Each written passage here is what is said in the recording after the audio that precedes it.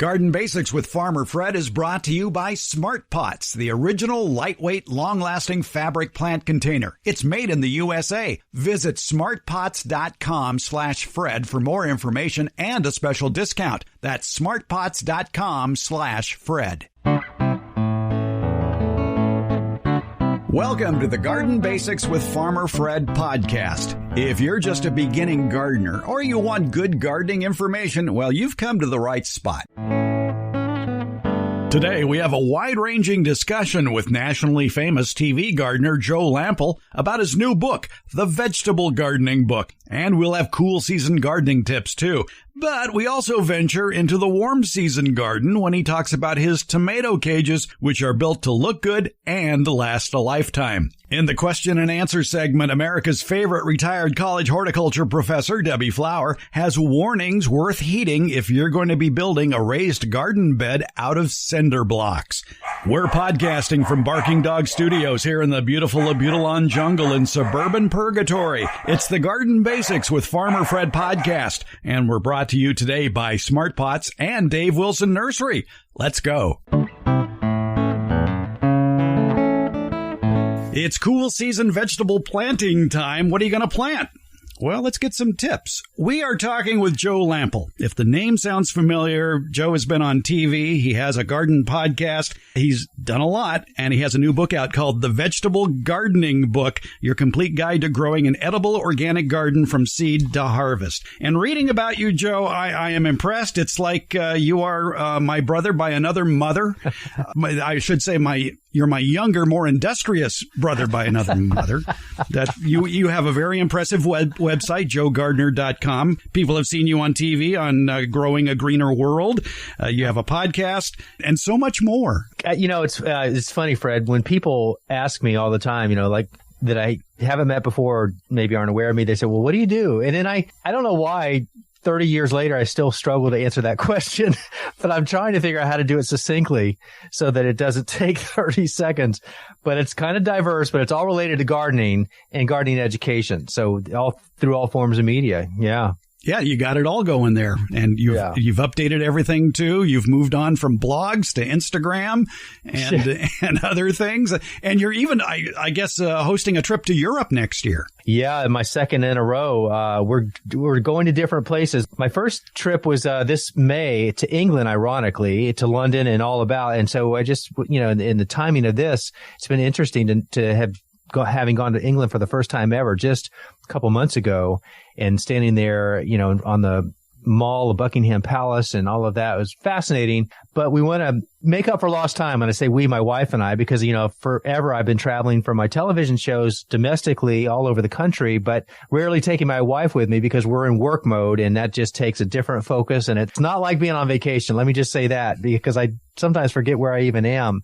So now in the latter years, we're making up for that and doing some garden tours through a company called Earthbound Expeditions. And each year I can pick where I want to go and how many trips I want to take and they organize and take care of all the details. So my wife likes that and I like that. And so we're going to go to Northern Italy and Southern France in a year from now. Oh, very good. That's nice. I think if I was going to do one of those, I'd want to go to Scotland, but then it would just be tours of single malt Scotch distilleries.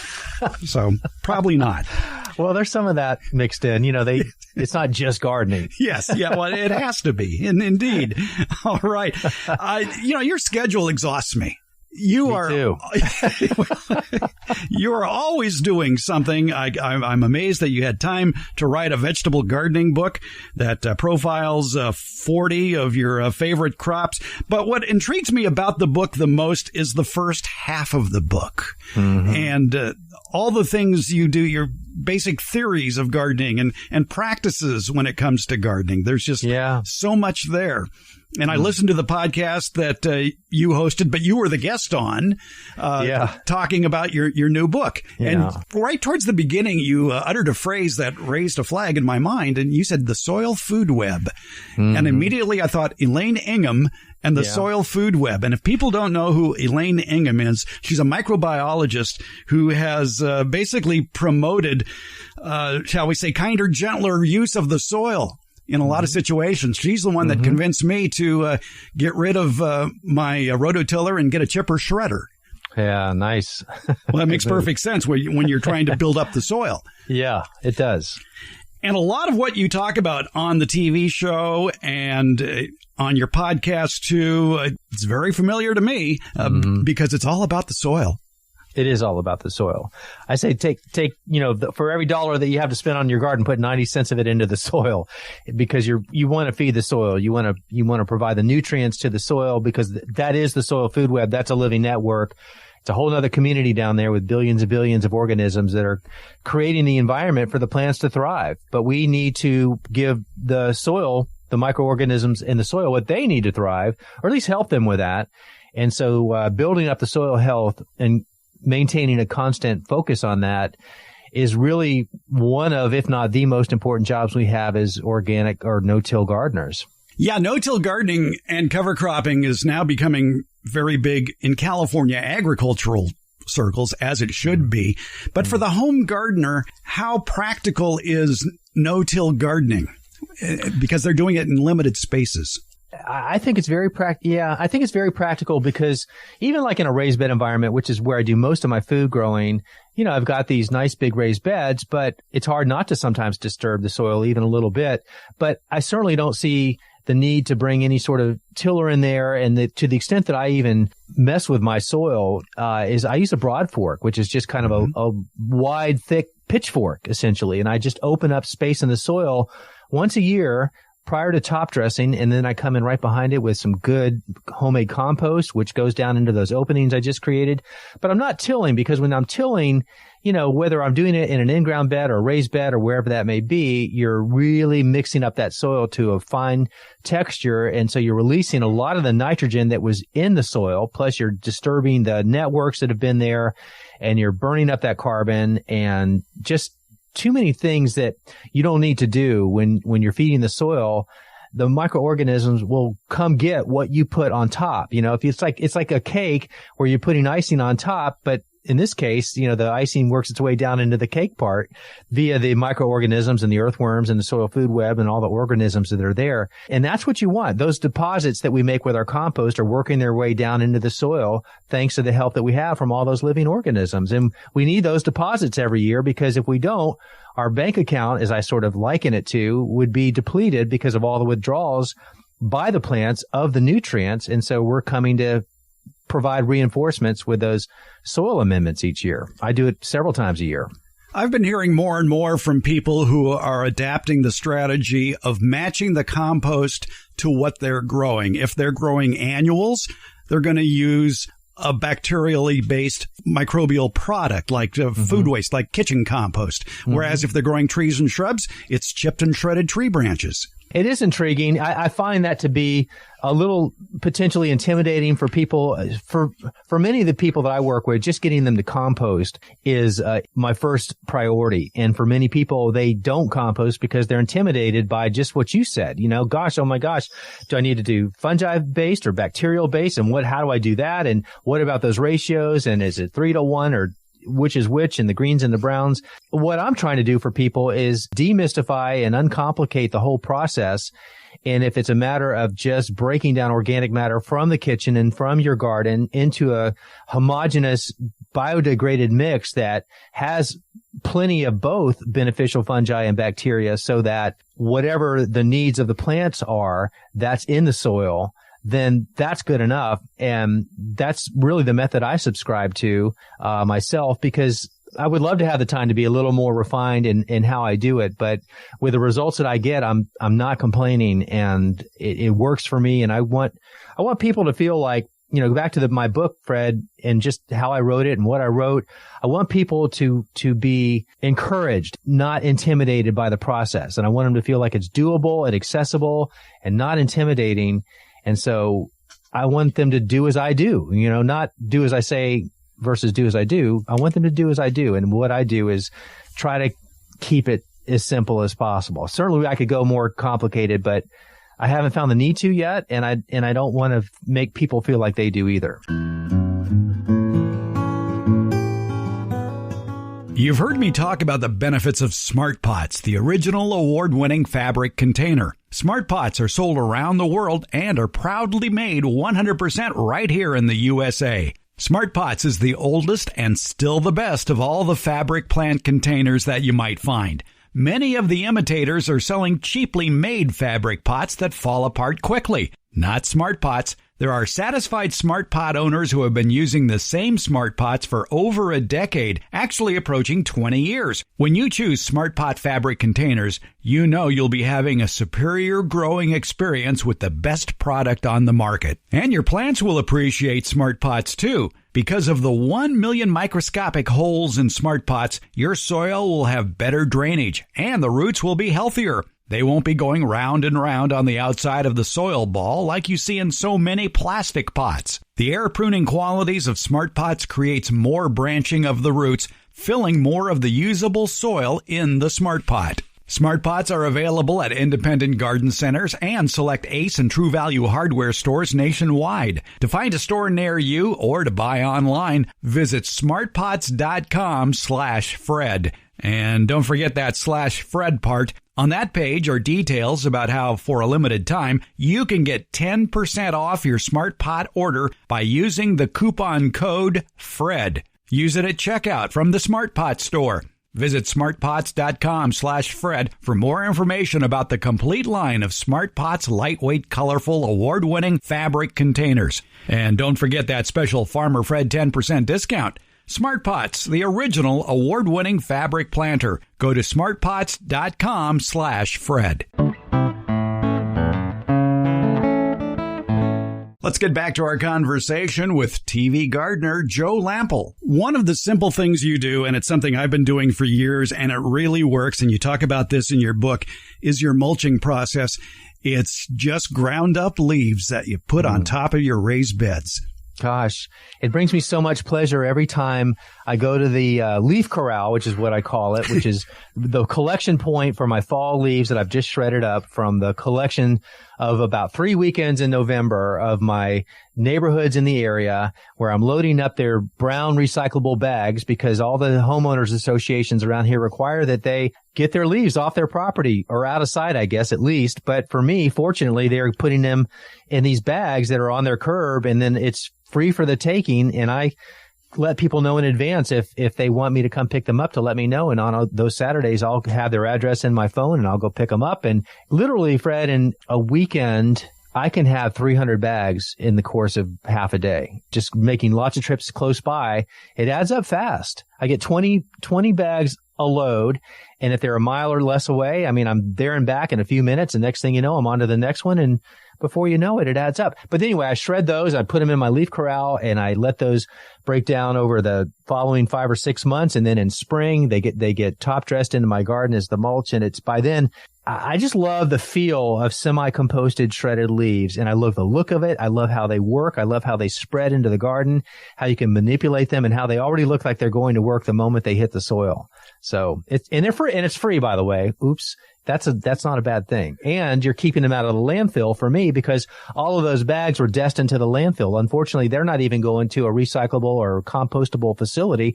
They're going straight to the landfill. So I'm doing something good there too. So it's all good. I take it one step further than you because I have more free time than you do. I will actually go to my neighbor's house and say, "Can I rake your leaves?" And they go, "Sure, why not?" I've had plenty of people where I put the ad out that say, "Can I come get your bagged leaves?" And I say it that way on purpose because I'm tired of getting those same emails. "Oh, you can come get my leaves. They're not bagged, but you can feel free to come rake them up." Not that I would mind that, but it's not practical. So good for you. That's good exercise for sure, especially in the fall. It's a great time of year to do it. Well, you're in the business of gardening. I'm doing this for fun. there's that. yeah, there is that. In your book, which is a wonderful book, too, I love the pictures in it, the vegetable gardening book, you have many, many pictures of your raised beds. Tell us about your raised beds. How big are they? What are they constructed out of? And then we'll get into tomato cages. Yay. Okay. So the beds themselves are untreated cedar timbers, and they're 6 by 6 in dimension. So they're nice, thick, bulky. You can sit on them timbers, and they're stacked 3 high. So that's an 18-inch high bed. And the length is 12 feet, and the width is, most of my beds are 4 feet wide and 4 of them are 3 feet wide. So it fits perfectly. The way my garden is laid out, it's perfectly proportioned that way.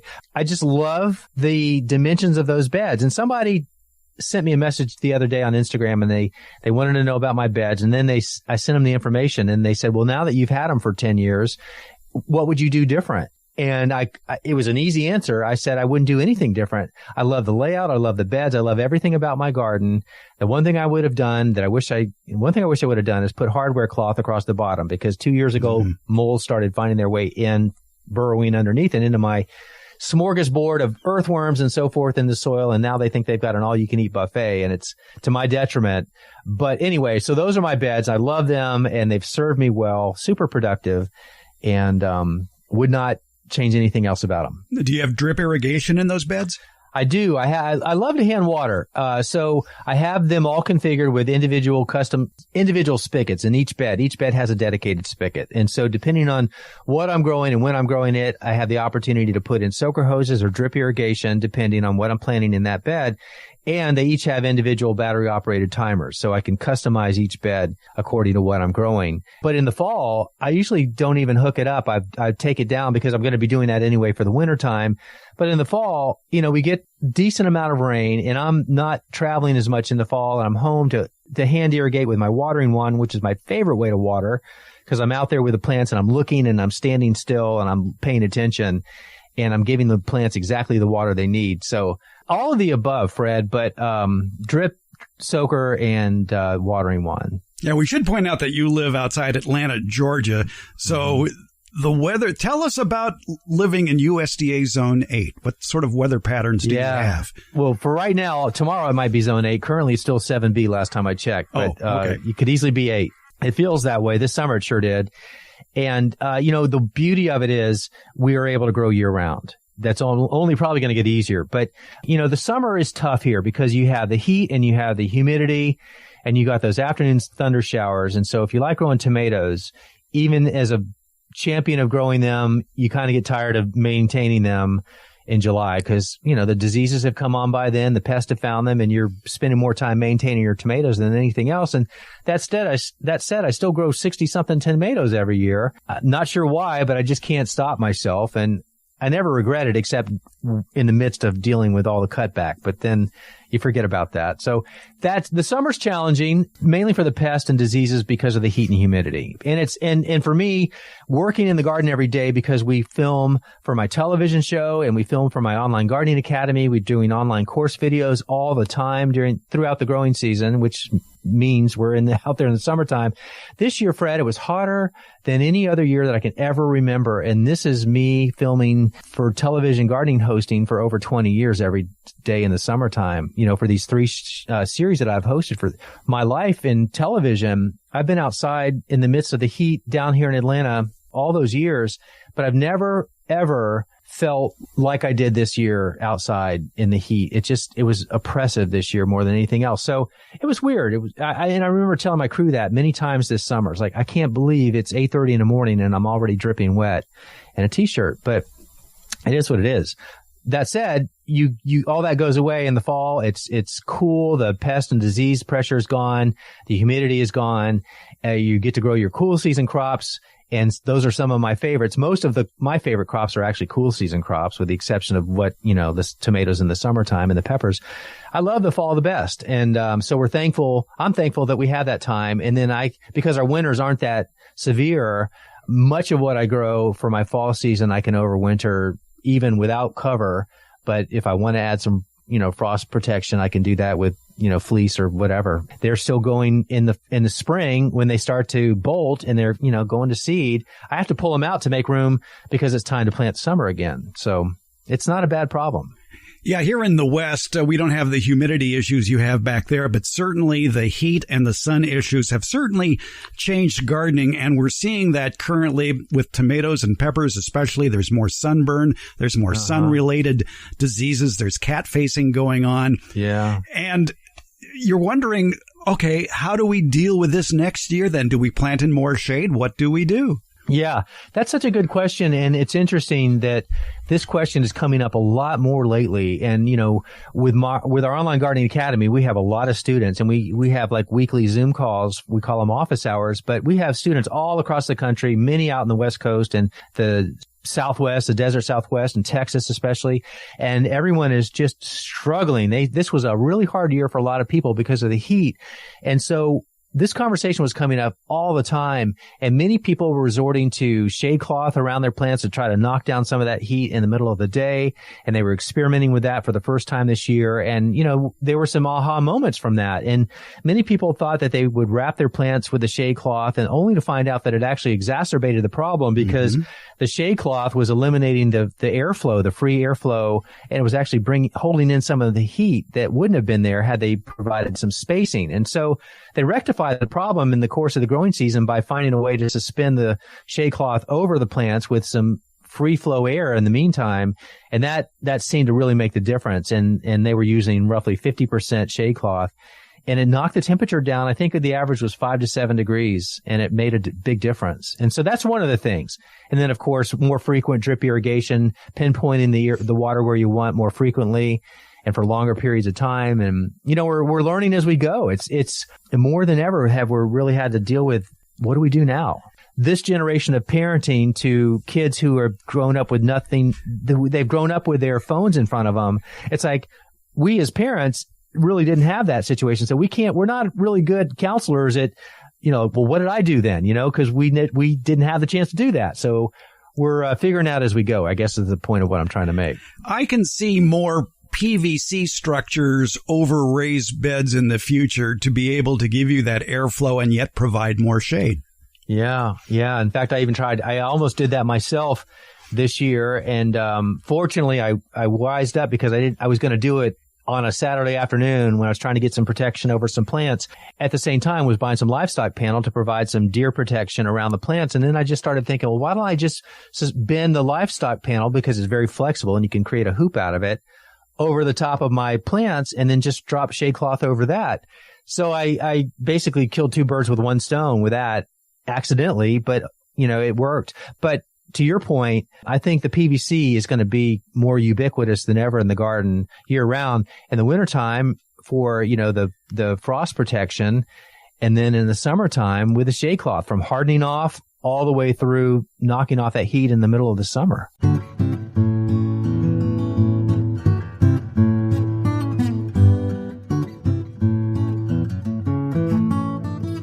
You want to start the backyard fruit and nut orchard of your dreams, but maybe you don't know where to begin. Or maybe you're currently growing fruit and nut trees and you've got a million questions, such as what are the tastiest fruits to grow? Where can I go to buy some of these delectable fruit and nut trees you've been reading about? And then how do you care for all of these trees, including planting, pruning, and harvesting? I've got one online stop in mind for you where all these questions you might have will get answered. It's DaveWilson.com. That's Dave Wilson Nursery, the nation's largest wholesaler of fruit and nut trees for the backyard garden. They have planting tips, taste test results, and links to nurseries in your area that carry Dave Wilson fruit trees. Click on the Home Garden tab at DaveWilson.com for all of these links, including a link to their years of informative videos about growing fruit and nut trees that they've posted on the Dave Wilson Nursery YouTube channel. Start the backyard orchard of your dreams at DaveWilson.com. Let's get back to our conversation with TV gardener Joe Lample. For probably the last 30 years, I've used the same tomato cages, which is concrete reinforcement wire. It's sold in 4x5 foot sheets. You just bend it into a circle and secure them, and they last forever. You've taken it up a notch with your tomato cages by using livestock panels, which is a much thicker metal, and you need bolt cutters to cut it. Yeah, but if you get a nice size bolt cutter, it cuts like butter, really, because you have those long handles, and they're not so thick that you can't, even somebody that wouldn't say that they're strong at all can still cut right through it. I did that, Fred, because I had those same trellises that you had, and they work great. But when you have 60-something tomato plants and each one needs a cage, and at the end of the season, you've got to put those things somewhere, and they've got a memory. So if you try to uncouple them and lay them out flat, they want to roll back up. And then you're stacking 60 of those things however you can, wherever you can. And for me, I don't have that ability. And then for television and all the media we create, I really wanted something that stood out, that had kind of an architectural appeal to it too. So these, because they're galvanized metal, they don't rust. They're square. When you put the two 90-degree panels together, they come together as a square. And they're super strong. They are not going anywhere because the way that you cut the bottom, they make stakes that go into the ground. Nothing's going to knock them over. And they are amazing. And from the feedback I've gotten from people that have, seen the posts from around the world and they've built them in their gardens, nobody's complaining, and they rave about them. And it makes me very happy to know that, people are really enjoying these things. I did it out of a need to just say, I'm tired of messing with cages. I need something that really works. And living on a small farm, I had those livestock panels around. I just grabbed one day and I said, I bet I can do something with this. And I'm not a very creative person, but give me enough time and I can come up with something. And that's what came of these tomato cages. And that's one of my best non-regrettable moments in the garden, was coming up with those cages. And you can find directions on how to do it on page 242 of Joe Lample's book, The Vegetable Gardening Book, right. And for instructions on making the ultimate tomato cages. One thing that you stressed in the podcast, talking about your book on your own podcast, was cleaning your tools and how fastidious you are about cleaning tools. But if you're trying to reduce diseases in your garden, boy, oh boy, before you put your tools away, you better clean them. You really should. Having a sharp blade, having a rust-free tool, having one that doesn't overwinter pathogens on it. And it may be hard for people to get their head around the fact that can happen, but it can. It's a really good practice when you feel like you're going to put your tools up for the year, for the season. Knock the dirt off, get your steel wool out, whatever it is, to clean them up, shine them up. First time I really did that fastidiously was when I was doing a video for somebody that wanted to have a demonstration on how to de-rust your tools and clean them up. And so I pulled all my tools, because I had plenty of them that had a little bit of stuff on them. And I was so happy at the end of that process, showing the different ways that you could clean them up and you get the rust off through the various processes. And they looked, they almost looked brand new again. And it was just a proud moment to know that when you have good quality tools and you take care of them, they'll literally last a lifetime if you don't lose them. And besides the fact that they're clean and they operate well because you've sharpened them up to get the rust off and remove the potential pathogenic issues on there, get you off to the best start going forward. Not only mentally are you really feeling good about your tools and they're easy to work with and they're not stiff and they're, lubed and all that, they're clean. That's the best thing you can do. One of the best things you can do at the start of the season. You don't want to handicap yourself going in. Yeah. And maybe wrap yellow or red electrical tape on the handles so you can spot them laying on the ground. Absolutely. In your book, you talk about your super simple 7-step maintenance routine, and I really like the one about keeping some big containers handy for you to throw stuff in. Yes. I'm pausing because it just seems so simple, but it's such a thing. Let's face it, we're going to have weeds that we need to get out of the garden beds. We need to cut back dead or diseased material, and it's got to go somewhere. For a lot of us, there's only so much time that we have to spend in the garden when we're out there. And when we're in the moment, we've got that momentum and we want to keep the pace going. But when you stop because you don't have that place to put that stuff in the moment, well, now you're putting your tools down, you're heading off in a different direction. You might see something else you need to do, and then you get off on a detour or a tangent or that chasing that squirrel. And next thing you know, your hours have gone by and you never got back to where you started. And it just makes a big difference. To me, the momentum is a big thing, and just feeling like you've got what you need, when you need it, where you need it is such a no-brainer for me. It wasn't until I made a real concerted effort to make a point of making sure I always had something in the garden ready to go. And now the stuff lives there for that very reason. Gardening is not hard, but it can sometimes be not easy either, just because it's not always convenient, because we're not as organized as we want to be. And those are little things that we can do to make that more streamlined. Well, I think it's because, too, we're getting older and we get a little bit wiser and we don't want to trudge back to the garage to look for something. So we finally figure out, let's leave it in the yard. It's like people who keep spare tools in the yard. They've taken an old outdoor mailbox, put it on a post somewhere in the garden, and they keep their hand tools inside that metal mailbox. I'll tell you, I've done that, and it's something I go to that more than my mailbox, because there's so much thing. I got one of those jumbo mailboxes, and I started thinking about what are the most important things that I use the most, and what are the things that I would need in case something happened. So, there's the Band-Aids and the antiseptic, and there's the sunscreen, and there's sunglasses, and there's, of course, my pruners and my micro snips and my soil knife and plant tags and markers and, on and on. And that's just from memory. And there's other stuff in there that's so full, it stands to it benefits from a cleaning out every once in a while because you keep shoving stuff in there. Oh, yeah, of course, your favorite gloves, of course. Yes. Yeah. Maybe a hat, too. And a hat, for sure. Yeah. So, yes, it's like one of those moments where you think, what took me so long to get around to doing this? And I want to come up with something that's not a mailbox because it looks a little funny in there. I mean, I'm used to it, but I'd like something that is a little more clever. But a mailbox works as good as anything because it's rainproof and it has a nice, tight-fitting lid. So there's nothing wrong with it. But I'm someday hoping to get a brainstorm to come up with something that maybe I have to make it. I don't know. But you can't beat the simplicity of a mailbox. Speaking of brainstorms or having that moment, did you ever have an aha moment in the garden that took you down a different path? Yeah, I'm sure I've had a lot of them. I feel I've had one recently. And, well, here's one, a reminder. I mean, this isn't going to be the most earth-shattering news, but back to the tomatoes for a second. By the mid to late July, down here, they're worn out. They've been producing like crazy. I've been maintaining them like crazy. I'm tired. They're looking tired. And we have a really hot month ahead with August.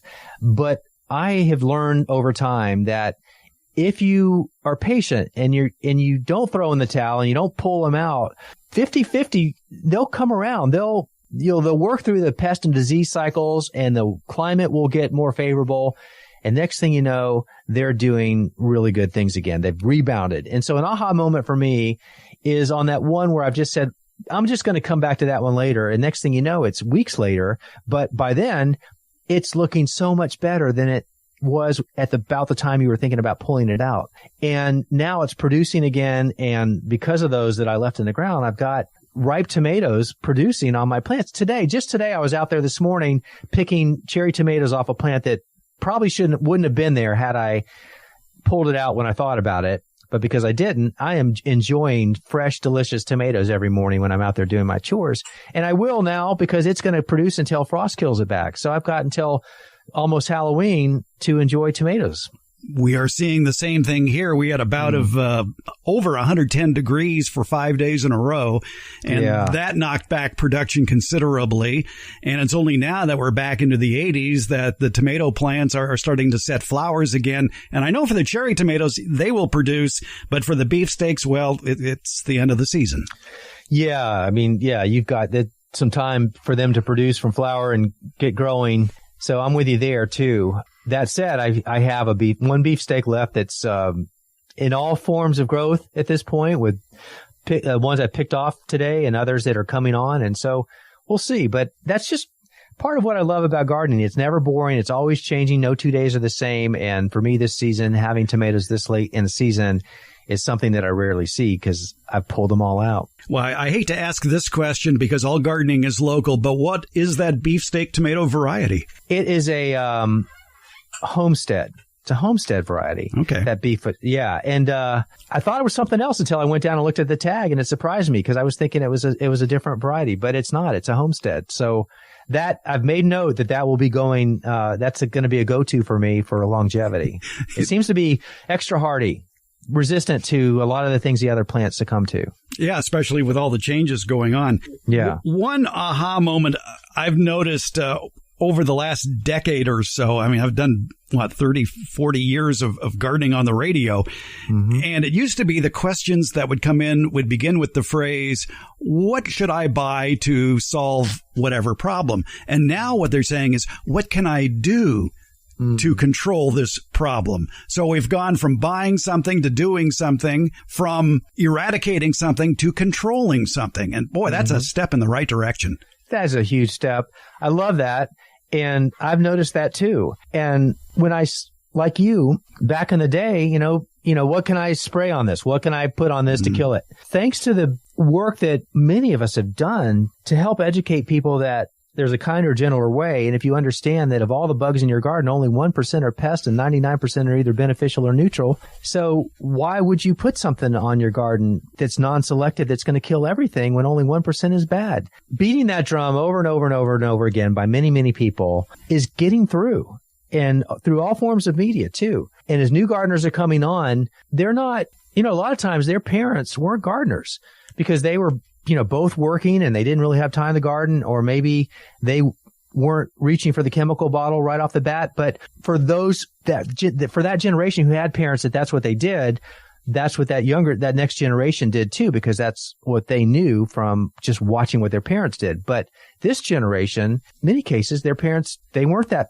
reaching for that bottle. So now these people are just starting from scratch, fresh. And it's not even something they even think about right off the bat. Like you said, they just want to know what they need to do to manage the situation, working with beneficials, or how do I deal with this? But they're not even prompting with the question of what can I put on it or spray on it to kill it. That just doesn't enter the equation anymore. And I just love that. It's been a long time coming, but I feel like we've rounded the corner and then some.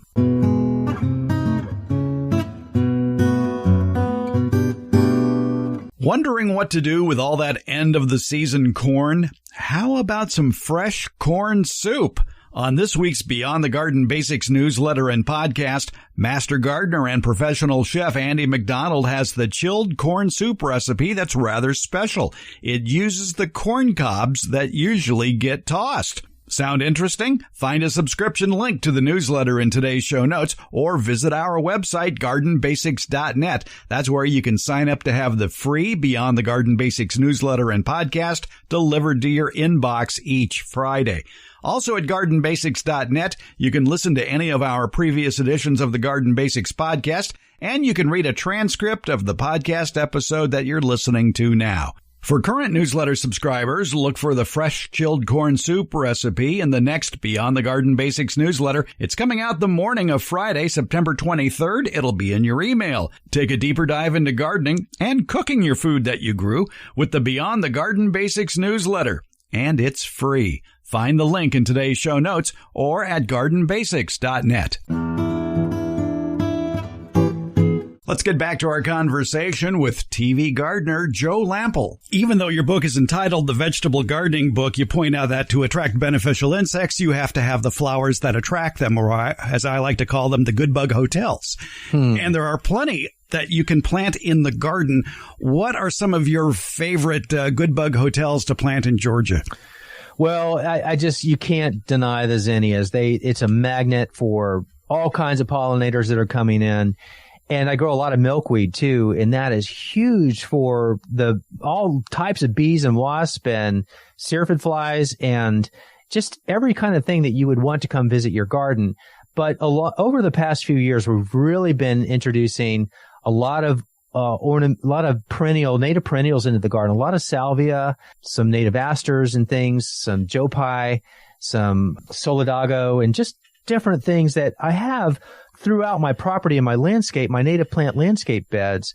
But now that I'm bringing them in dedicating space around the interior garden borders around my raised beds, it's just more vibrant than I've ever seen it. It's more beautiful than it's ever been. And so we're dedicating more space. I've got a farm manager that's a really great flower person. And so I've commissioned her to really focus on making the garden about 50-50 flowers and edibles next year. We've got the room for it, and the flowers won't really work their way into the raised beds so much, but we've got unused space around the interior perimeter of my garden for those flowers. And so that's going to be a nice addition in many ways, but primarily for attracting more pollinators to help with the pest control.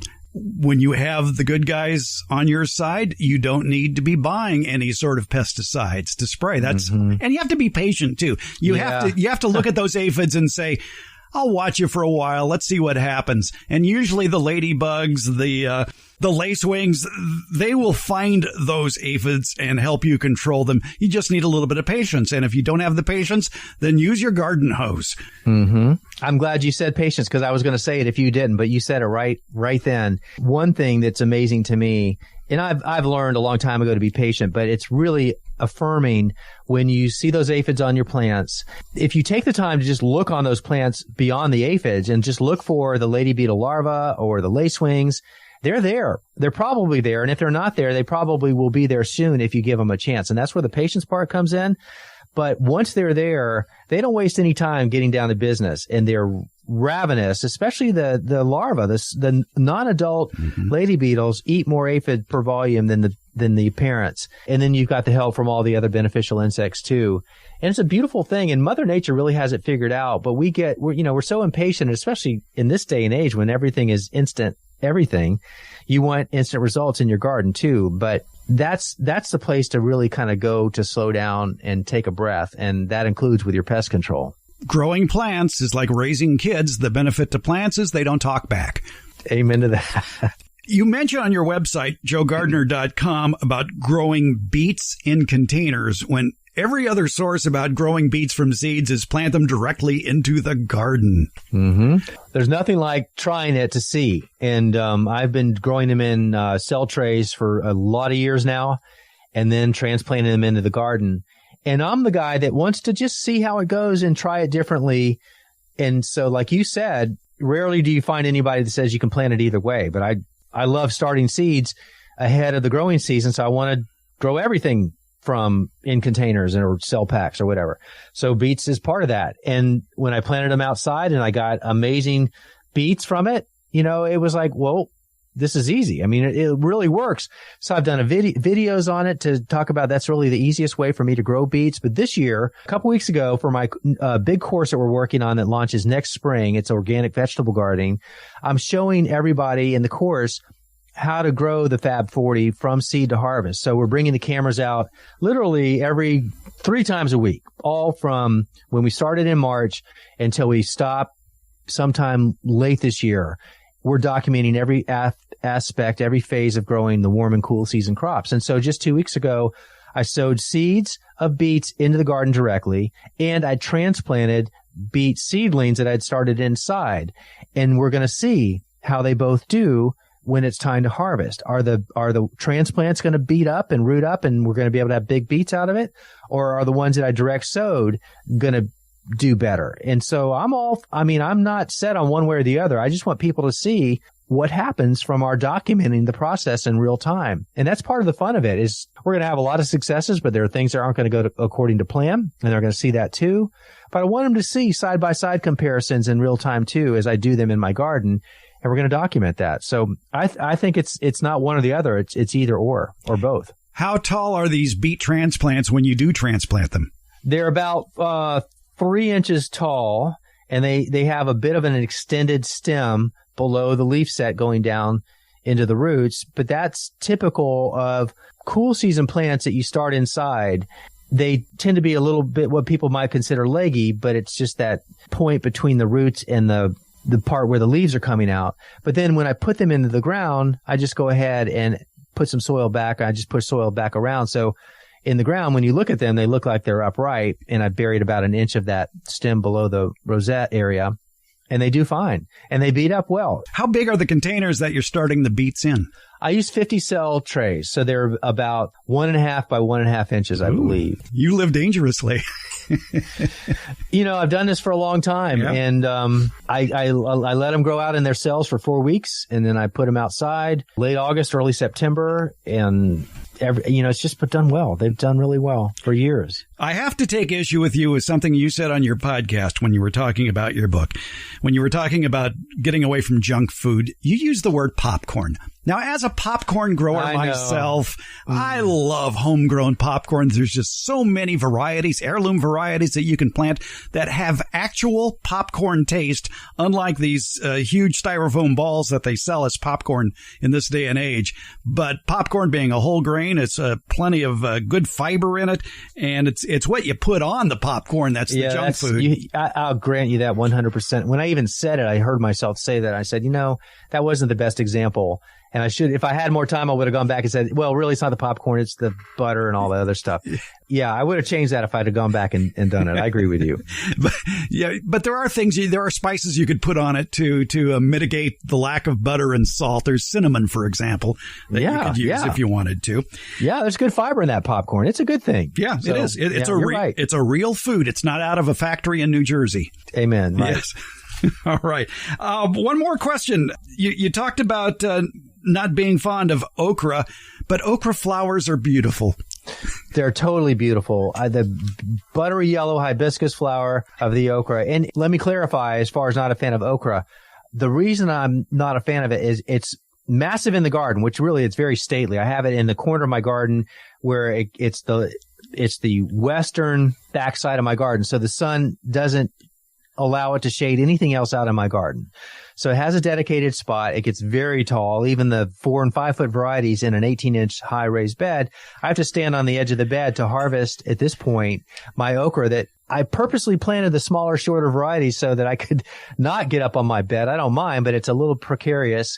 What it is, Fred, for me, it's getting into the plant to harvest. It's the sharpness of the leaves and the irritant on the leaves. But I use the Farmer's Defense sleeves on my arms to protect my, you know what those are? I will get some. Oh, gosh. Let me tell you, I'd love to be they've got a great product and I have no interest in their product other than the fact that I'm a huge fan of it. But they're just, basically the nylon, I don't know what the material is, polyester, whatever, the stretchy material that you can just slip on over your arm all the way up your arm, and you can reach in there and you won't get scratched up by your cucurbits or your okra or any of that stuff. And you just pull them off when you're done. And it's a beautiful, and they have these really cool patterns too. It's like fun to wear them and you feel pretty cool when you got them on. Yeah, They're I know. Great. If I'm working on the corn or in the zucchini patch, I will usually slip on a long sleeve hiking shirt. But you just gave me a great idea. I've got some removable bicycle sleeves that fit over your arms that you can take off when the weather gets hot. That might work as well. Exactly. That arm protection is huge for that kind of stuff.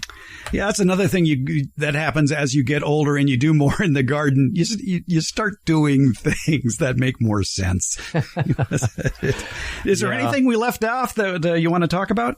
I guess I would just close with, just because of the season that we're in, whoever's listening to this, if you're not doing a fall garden, even if you're in a part of the country where you feel like it just gets too cold too soon or you haven't started yet, there are things that you can grow outside that will grow quickly, that you can enjoy, that you can't grow in the summertime. And you're missing an opportunity to extend your season and spend time in the most pleasant time of the year, away from the heat and the pests and the diseases and all those things that frustrate you during the summertime.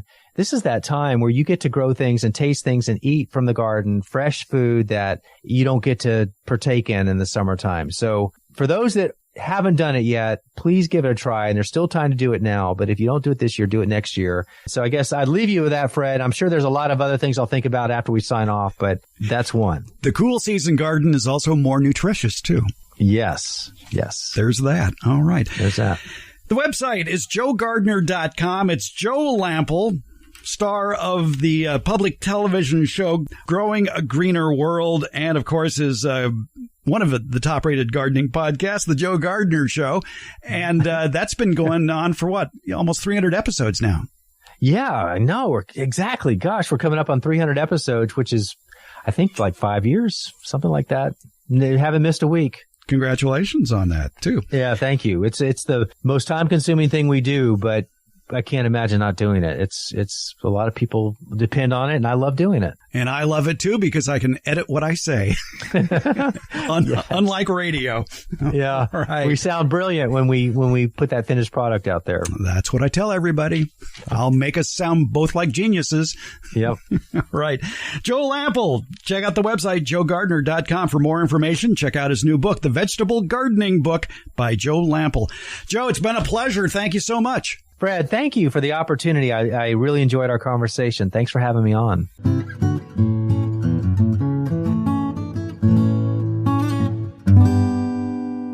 We like to answer your garden questions here on the Garden Basics Podcast. Debbie Flower is here, America's favorite retired college horticultural professor. And we get a note from Matt, who lives in eastern Iowa, and he says it's either USDA Zone 4 or 5, depending on the map and or the year.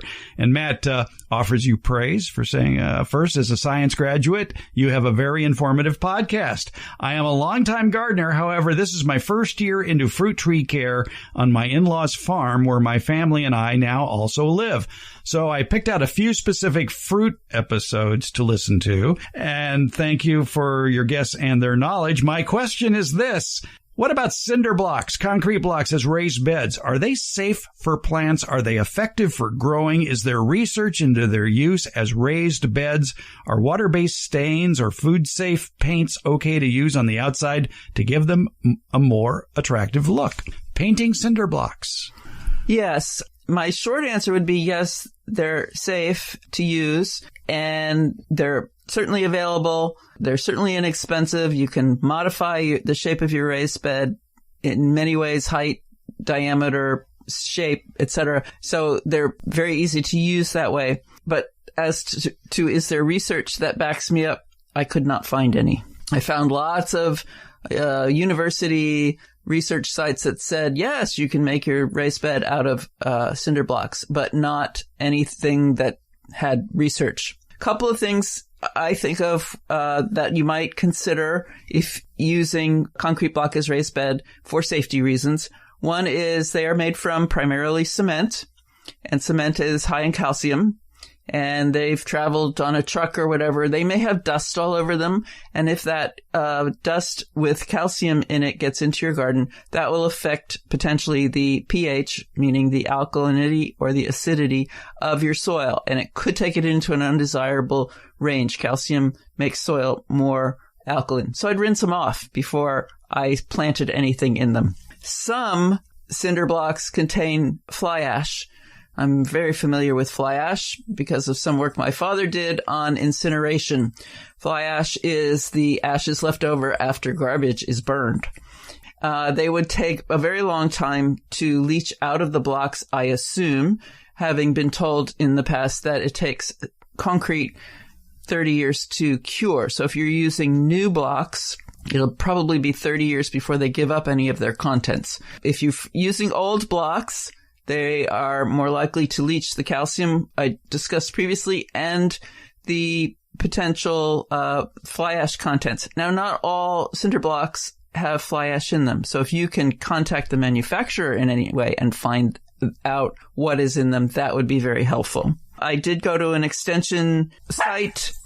Thank you. I believe it's Maryland, safety materials used for building raised beds. And they suggested you could paint the cinder blocks with polymer paint, which I then had to research. And that's either acrylic or vinyl. Well, so that's plastic. So you could put plastic on them. If I did, I would do it only on the outside. Understand that that's going to break down too. And the more sun it's in, the faster it's going to break down. And then you've introduced plastic into your garden. So the polymer paint, I don't think is such a great idea. I like your idea of food grade stains and dyes. I'm not familiar with them. I've made tufa pots in which we got the concrete stain from the hardware store where we bought the cement, but I don't know about its safety in terms of food crops. So I don't know that I would use that. Another suggestion, and this is for the inside to prevent the leaching, it's not for the outside for the beauty, is to line it with a pool liner.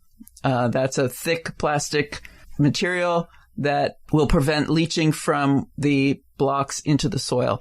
Do not line the bottom. You definitely need the drainage, but use the pool liner to prevent that leaching. One thing you may want to line the bottom with if you have the problem of gophers or moles is hardware cloth on the bottom of the raised bed to keep them from burrowing up from underneath. Absolutely. Absolutely, yes.